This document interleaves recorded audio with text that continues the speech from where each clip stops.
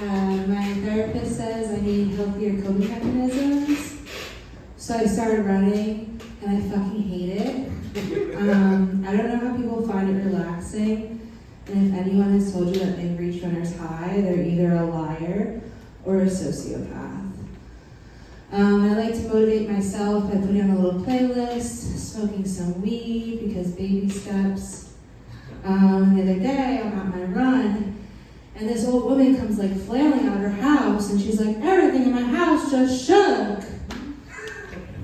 And I love the elderly community, but I'm not gonna let this old hack talk to me like that.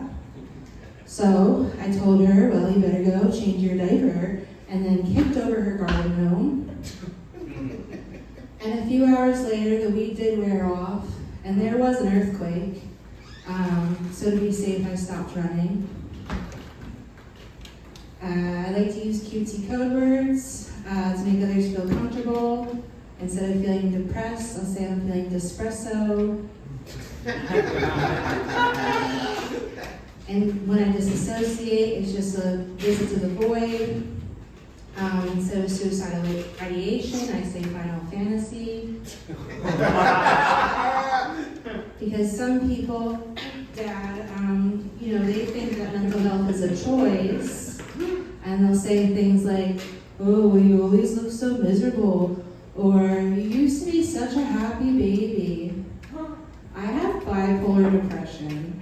And it's not like I schedule my whole day around my visits to the void, like wake up, categorize my nightmare by trauma, wonder whether my nightmare medication is a placebo, head downstairs, take a double shot of espresso, and then journal to avoid playing Final Fantasy. I'm so fucking happy September's over. It's the worst, like end of summer, back to school, 9/11.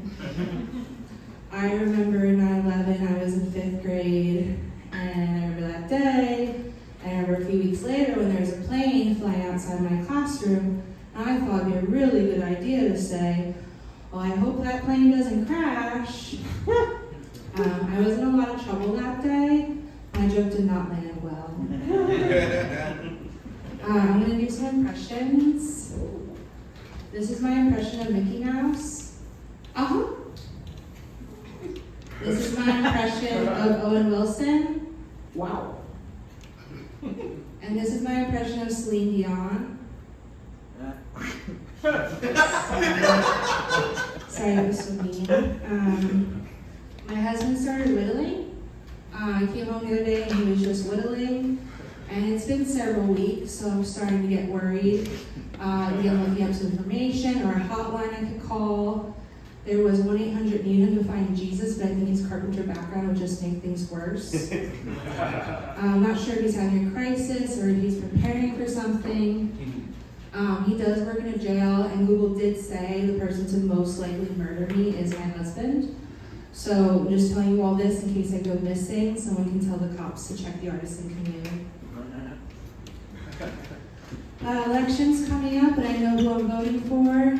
He's a successful business owner. He's defended our country from illegal evasion of illegal aliens. And he has previous presidential experience, which makes him the best fit for the job. And that's why I write in Jack Nicholson every turn. Some people have rational fears like dying. I have irrational fears. One is I have a fear of the boogeyman, and that was because it was instilled in me as a child. If I were to misbehave, be out late, live on the first floor of an apartment building, I was an easy target. I also have an irrational fear of mind control slugs. If you're familiar with Animorphs, you know what I'm talking about. Let's just include any bugs entering any orifices. I don't trust scarabs or Brendan Fraser for that matter. Lastly, sinkholes. What the fuck are sinkholes? Like all of a sudden, the earth just opens up and you're on your way to its core. You know, more people should be afraid of sinkholes. One just almost swallowed an entire high school football team.